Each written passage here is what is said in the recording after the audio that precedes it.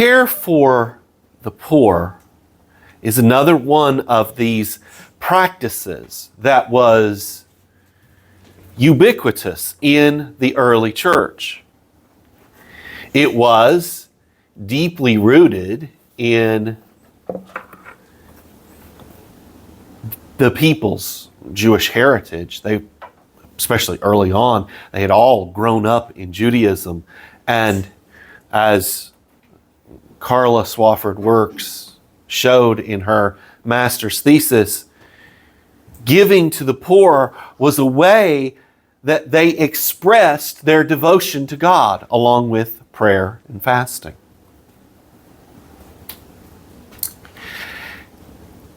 As it would turn out, care for the poor was also an effective church growth strategy. Indeed, Christians became known for their care for the less fortunate, which set them in rather stark contrast to the culture around them. But what we see in the letter that James wrote is that care for the poor was also an intrinsic part of their understanding of what it meant to be a Christian. In other words, they didn't do this simply because it was effective. We'll talk about why that's important next week. They did it because it was what they had to do to be faithful to who they claimed to be. Now, before we get into the text itself, and before we start really looking at this practice, we want to remind ourselves of a few things about the letter that James wrote. It is something of an enigma. So much so, in fact, that some scholars have wondered if this is actually just a pre-Christian document that somebody put a really short Christian introduction onto. And of course, the letter has been no small source of consternation for Protestants, especially those from Lutheran and Reformed traditions, because of its seeming tension with Paul's letters, particularly in chapter 2, verses 14 through 26. And of course, the letter has been, I think, sometimes somewhat mystifying to lay people who read it. Some scholars have described it as just sort of a compilation of wisdom teachings, of wisdom sayings. Well, it is clear that James cares about wisdom. He brings that up in verses 5 through 8 of chapter 1. But as we'll see, that doesn't mean that the book is put together in a haphazard manner. Now, why look at this letter? Why look at this particular text? And one of the reasons is because of who wrote the letter. The letter was not written by James the Apostle. We think it was written by James, the brother of Jesus. Now, why is that important? Well, think about what we're talking about today. We're talking about care for those in need. And while Jesus' brothers were not necessarily his biggest fans while he was alive, John's gospel tells us that, it seems that they came around. They figured it out. They got it. And maybe, just maybe, seeing these Christian communities living out what Jesus actually taught helped them make that journey to faith. There's another reason that James is especially interesting to read on this issue. It's because James was the chief elder of the Jerusalem church. And what does that mean? It means that James had a front row seat to the things that Luke describes in the early chapters of Acts.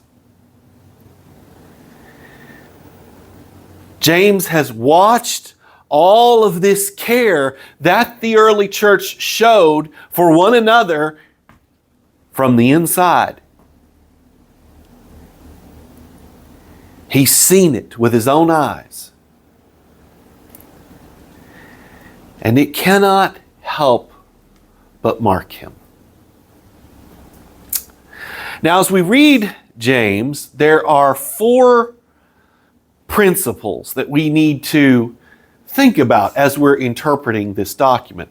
The first 2 I've derived from the James scholar Sharon Gresham. She was a PhD graduate at Carroll, and she wrote on James. Now, Gresham argues, she's not the only one who argues this, but she may be a little more forceful in it than some others. But she argues that actually James's letter was written in a pre-Pauline context. She thinks it was written as early as 42 AD. If that's true, then James's letter was the earliest Christian document by 5 to 10 years. Okay? The earliest one we have.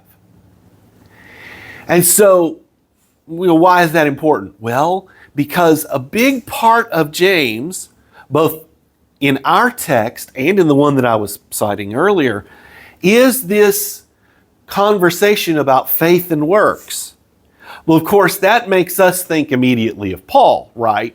And so then people start saying, well, was James arguing with Paul or Paul arguing with James, or what's the relationship there? But what if, in fact, this is all pre-Paul? Then what it means is, and I think this is actually really helpful for us as we're reading this document, then what it means is that James is really just describing a set of circumstances that Christians throughout history have experienced. How do you make that journey from, well, this is what we believe, or at least what we say we believe, to this is how we live? Is there a journey to be made there? And if so, how do we make it? Because remember, the same Paul who said, salvation is by grace through faith, not of works, lest any of you should boast, also said that salvation results in God doing His work through you, and in fact making you into His, some translations call it workmanship. We might say masterpiece or work of art.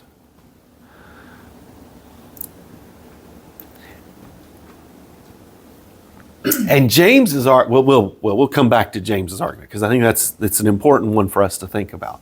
Okay, so put a pin in that. Now, the next principle that we need to keep in mind is that James's content is really focused on what Dr. Gresham calls the double love command. Love the Lord your God with all your heart, soul, mind, and strength. Love your neighbors as yourself. In fact, the second of those is quoted in James. So these commands are central to how James frames his content. But that's not really how he structures his letter. And again, as we said earlier, some people think the letter is just kind of cobbled together. What I would argue is that that's not how this works at all. In fact, what you get in James is, you get in chapter 1, now remember the chapters were added much, much later, but in chapter 1, you get, quick hitting little vignettes. You get short paragraphs that say, let's treat this issue, and then let's hit this issue, and then let's hit this issue. And he hits 5 or 6 of these issues in chapter 1. And then what he does is he spends the rest of the letter unpacking those various issues. Okay? And in fact, if you just were to sit down right now, in the shadow of what we just read this morning, if you were to read 2:1 through 3:12, you'd be like, oh, yeah, I see this. He just keeps unfurling these issues.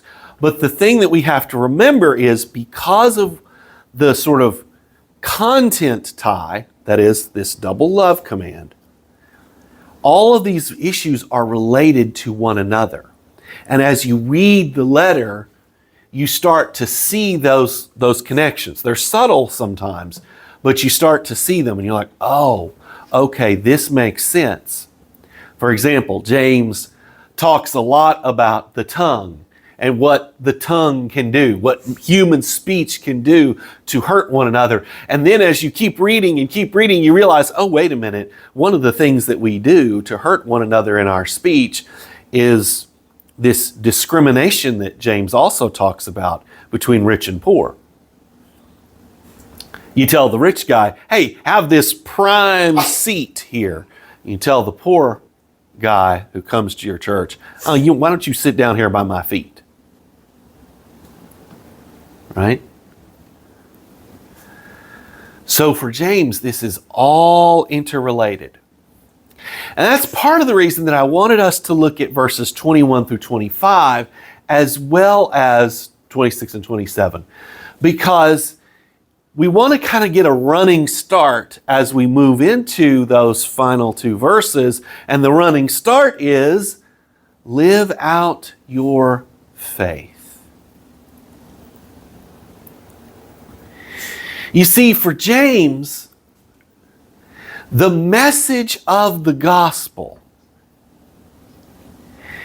is not something that you are supposed to simply hear and affirm.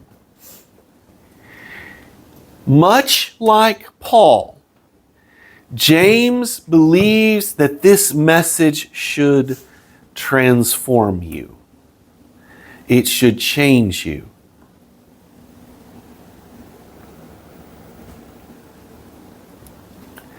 That's why he can say that faith without works is dead. Now, it's important for us to say, for us to acknowledge, there is a tension there with Paul. Because Paul's saying, you are saved by grace through faith alone. And yet James is saying faith without works is dead, and that means what you think it means. We can't sort of try to work our way around that and say, well, that's not really what James means. Yeah, it is, actually. But the way that one of my old professors, Randy Richards, used to put this tension is, he said, if Paul and James were to sit down and they were to hear each other describe these things, they would be surprised by some of the things that the other said. But in the end, they would realize that they were kind of talking through different sides of the same coin. James wants you to be transformed just as Paul does. And Paul, just as James, would say that your faith is not really faith unless it changes you, unless it reshapes the life that you live. Okay?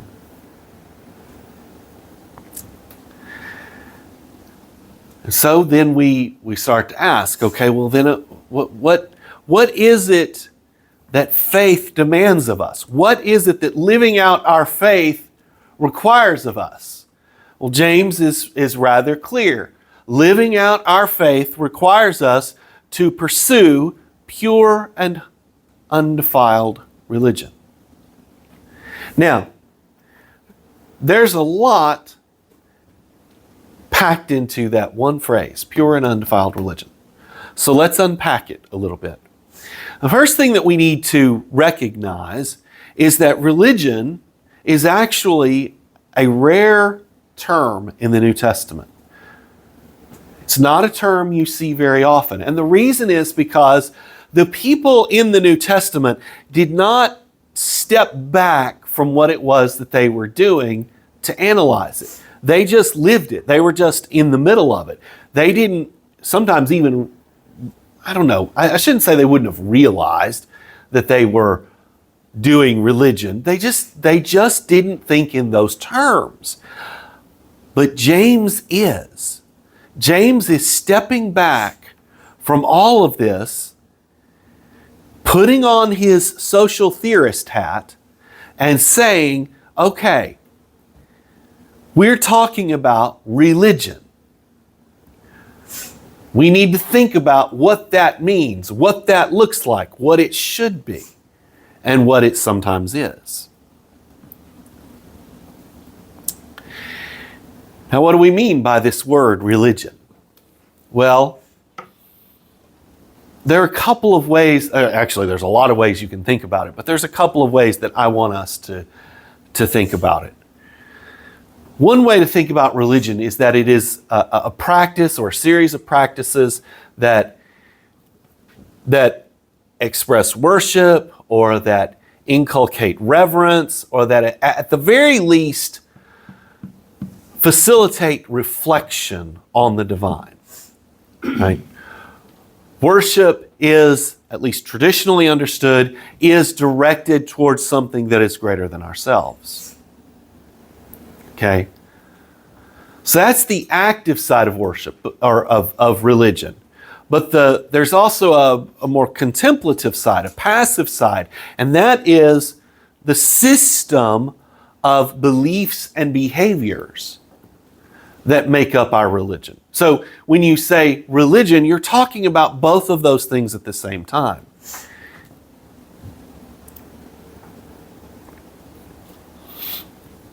And in the Roman world, there were writers who talked about religion. They talked about the difference between religion and superstition. Now, the way they formed those categories does not always comport with the way that we form them, and sometimes they were kind of pejorative about them. In other words, my religion is a religion, yours is a superstition, even if there's actually a lot of similar characteristics, because I don't like you, or because I'm scared of you, or whatever, But they did use those terms. And James is playing off of that to say, okay, I want you to think about the ways that you are practicing this religion that we now call Christianity. What does that look like? What does that mean? And for James, he wants that religion to be pure and undefiled. Well, what does that mean? Well, let's first observe that pure and undefiled are really two ways of saying the same thing, a positive way and a negative way. Okay? So what is it that these two terms are trying to point to? Well, part of it is that this religion that James is advocating for is a religion that is unmingled, undifferentiated. Doesn't have different parts, and it's sort of like, think about metallurgy a little bit. Now, put aside for a moment the whole practice of making alloys, okay? Think about metallurgy. You want to take as many impurities out of whatever metal it is that you're doing as you can, right? Because the metal won't perform the way that you expect it to perform if there's a whole bunch of impurities in the metal. And so you would purify gold, you would purify silver, okay? Now, that's one way to think about pure and undefiled religion. Another way to think about it is that it is It is a religion that is appropriate or useful. It does what it's supposed to do, right? It does what it is supposed to do. It performs the task that it's supposed to perform. But maybe the most important way to think about it is that it is religion that is acceptable. It is acceptable. Now, in our parlance, when we say something, easy for me to say. When we say that something is acceptable, we're saying that it is, well, good enough. You know, it's acceptable. But remember, James is writing in a context. He's writing to a community of people who understand the Jewish sacrificial system. And when you start reading the Old Testament, what you realize is that an acceptable sacrifice is not one that's, well, good enough. It's one that meets the highest standards. It checks all of the boxes. That's what it means to be acceptable. I love, there's a particular passage in one of the minor prophets. It might be in Malachi, where God is talking to the people about the sacrifices that they bring to the temple. And God says, why would you think that I would accept your blind, lame animals, your the goats that are missing an ear, the three-legged sheep, whatever? He says, try giving those things to your governor and see how well that works. Well, obviously, it's not going to, is it? But so often, what we try to pass off to God is second best or third best or just whatever's left over. Because, of course, to do otherwise would actually be costly to us, right? So James is saying that this pure and undefiled religion is to be our goal. And who determines whether it is pure and undefiled? God does, right? It's religion that is pure and undefiled to God. It's not that we think it's good enough. Well, God, this ought to be good enough for you. You're asking for too much. No. It's God who determines what is acceptable to Him. Again, I keep seeing in this text, just as I keep seeing in all these texts, this principle, this kingdom principle that Jesus taught us, that we have to,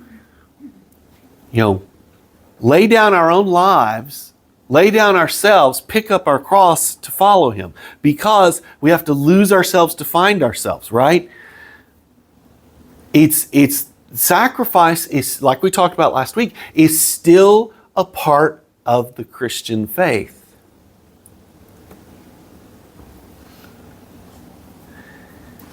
And that's the religion that God is looking for. A religion that actually costs us something. A religion that requires us to invest in it. That is a pure and undefiled religion. Now, what is the composition of that religion? In other words, what do you have to do to pursue pure and undefiled religion? Well, James's answer is a little surprising here. It's not give more money to the church, although you can do that anytime you want. We won't turn it down, believe it or not. It's not pray more or preach better or sing better. There's a lot of things that it's not. Here's how he defines it. It's a twofold definition. Care for widows and orphans. in their distress. Now, what is James doing there? He's pulling a category right out of the Old Testament. The widow, the orphan, the alien, right? It's all over the New Testament, or the Old Testament, I should say. And James is using that category to frame his thinking on this issue. And you can almost hear, if you put verse 26 with it, you can almost hear James saying, okay, look, I don't care about how much you shoot off your mouth about how religious you are. That doesn't matter. What matters is when you put your religion into practice by caring for those in distress.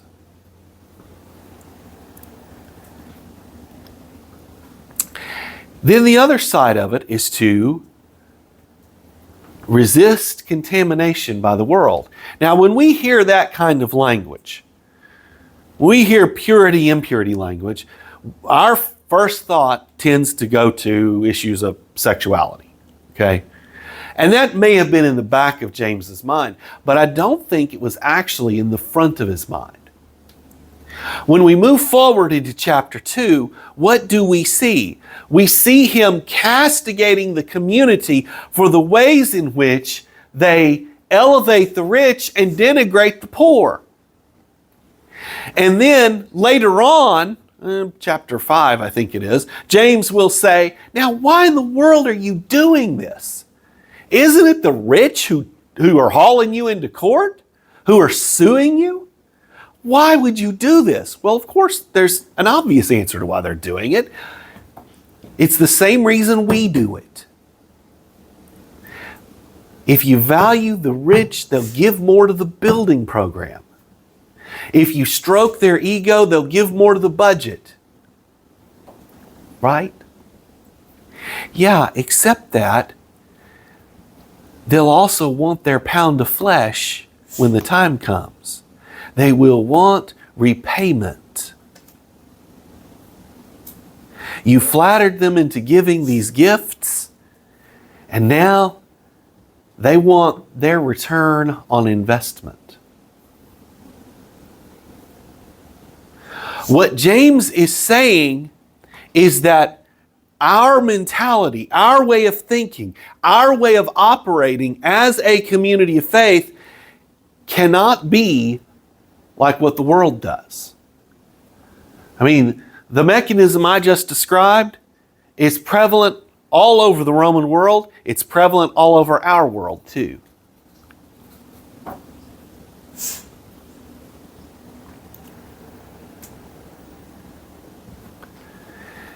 James is saying, don't live like that. And so what you can see is that these two ideas interlock with one another. They work together. This is what it means to practice a pure and undefiled religion.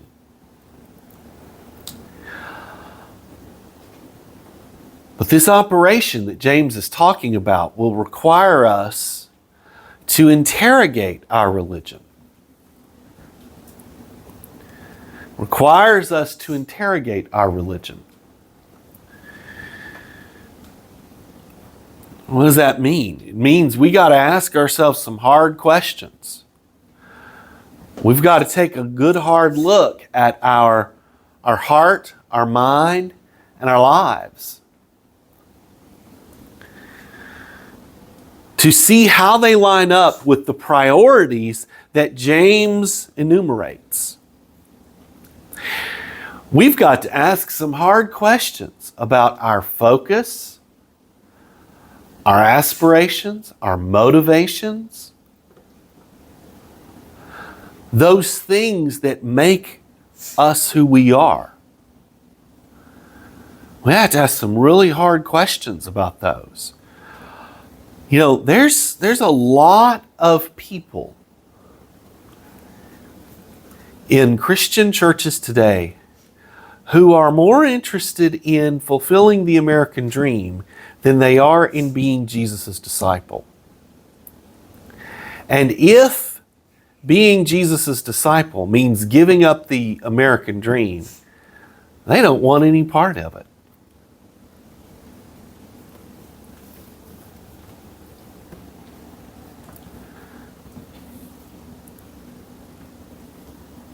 More than once, I've heard stories of good Christian parents who, when their kids decided they wanted to do mission work, the parents were like, no, no.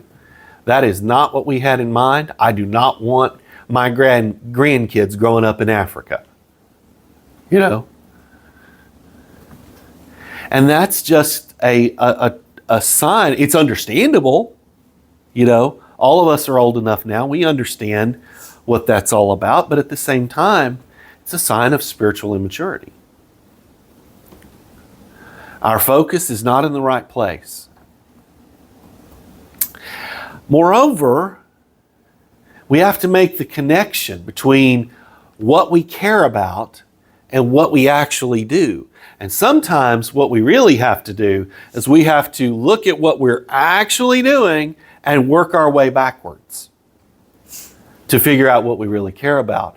You know, several ministry experts have observed that your church's budget oftentimes says a whole lot about what you care about and what you don't. There'll be lots of churches who say, oh yes, we care about children, or we care about the poor, or we care about adolescents.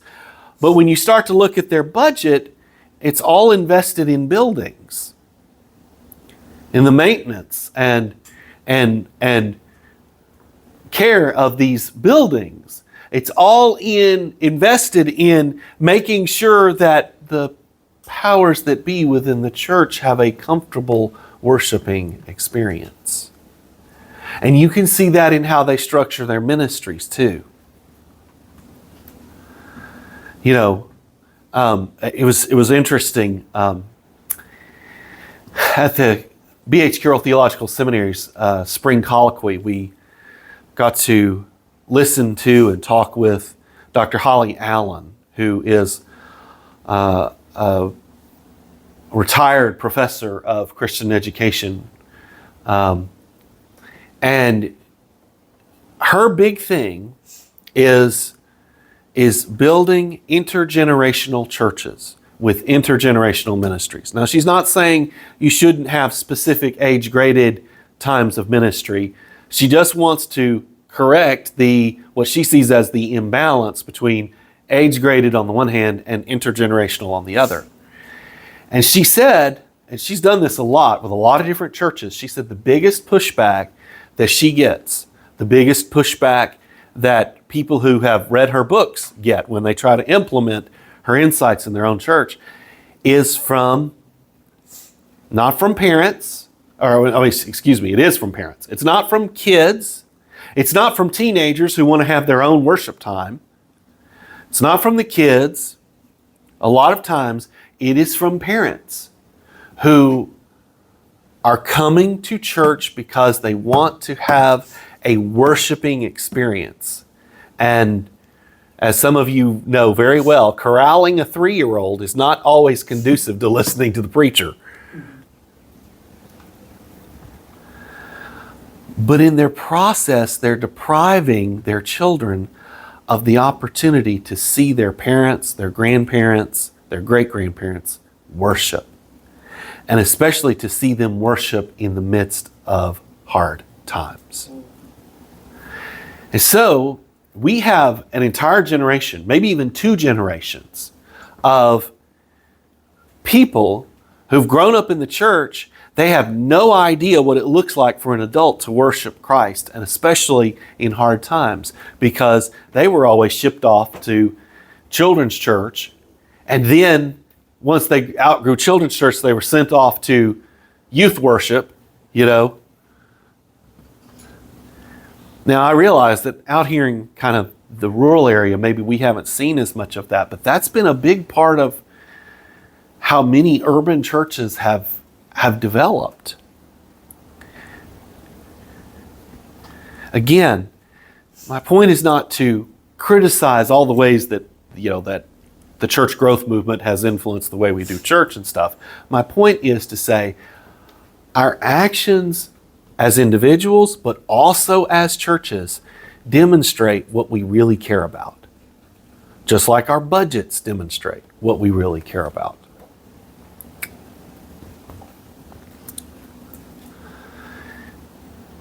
So we have to interrogate our religion so that we understand what is it that we're actually doing and what is it that Christ wants us to do. And that's the context in which we then turn and practice what James has taught us.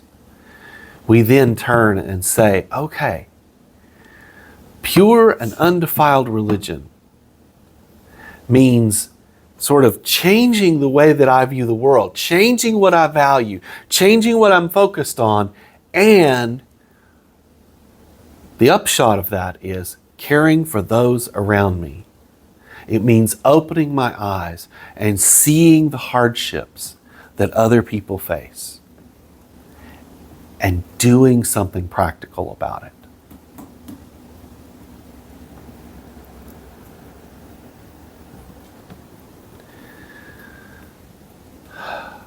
The Bible says, if you see a brother or sister in need and you tell them, go, be warm and be filled,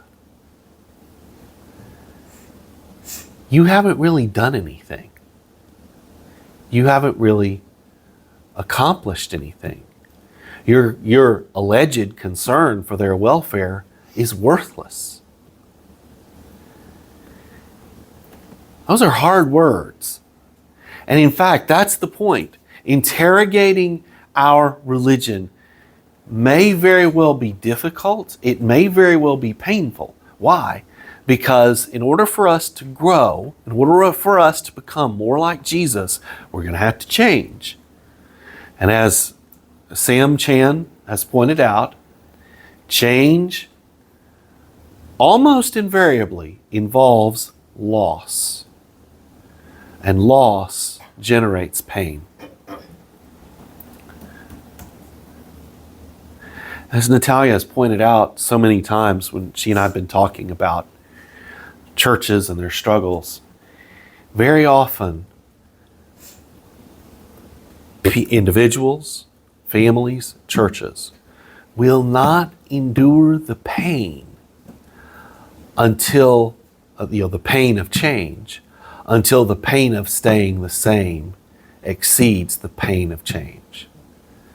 That's not the kind of life that James wants us to live. And maybe that's why James can say, that faith without works is dead, because without faith, you won't make that kind of change. It takes real faith to step out there and say, you know what? We're going to rearrange our family's budget. You know what? We're going to rearrange our church's budget. You know what? We're going to focus on caring for those in our community. We're going to make that intentional, and that's going to be part of our motivation. We're not building our kingdom, we're building Christ's kingdom.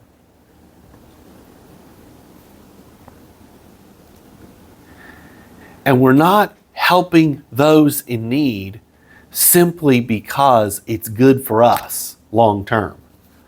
We're not doing it as a church growth strategy. We're doing it because that is what Christ has called us to do.